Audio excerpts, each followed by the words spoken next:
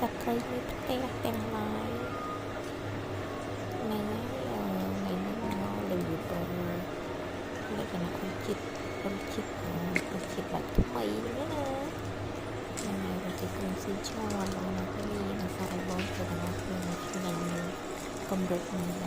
នឹងទៅជាទីមួយដែរអញ្ចឹងយើងនឹងសុខឆ្ងាញ់ដល់ទីខាងដែលថាយើងធ្វើជាមួយនឹងបងទីកូនតែប្រហែលទេតែយើងsẽមានកាត់ពីខាងចំចំណុចចឹងណាហើយទៅគេមានខាងចំណុចគោលសត្រីបន្តិចទៅកំសបន្តិចទៅចំណុចសត្រីបន្តិចទៅហើយដាក់តាមដែលយើងធ្វើចឹងណាបន្ថែមជាមួយនឹងទឹកប៉ះគោស្រស់បងទីកូនអនុញ្ញាតបងទីកូនយើងទៅមកឆ្ងាញ់ស្រាប់ទេយើងគ្រាន់តែគោះសបកវិញបន្តិចទៅដើម្បីឲ្យវាចូល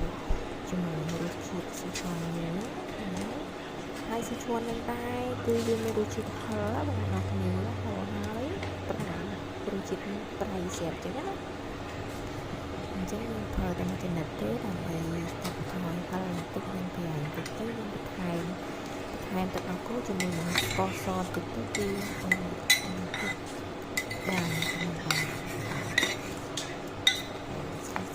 គឺមែនlòng mình cũng lòng quáទឹកសុខស្មារតីរបស់côឲ្យមកជួយដល់ពីឲ្យចូលចិត្តយ៉ាងឈ្ងុយតិចណាបន្តមកទៀតយើងមានជាមួយនឹងផ្សិតជាដើម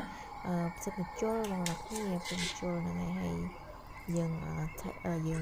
សាក់ភ្លក់មិនតិចទៅតើត្រូវរសជាតិដែលយើងចង់បានហើយយើងបានដាក់ជើងដាក់អីតាមចំណង់ចំណូលចិត្តទៅបើយើងដាក់ទៅសិតច្បាស់ទៀតគឺបានណាធ្វើរាល់អានោះ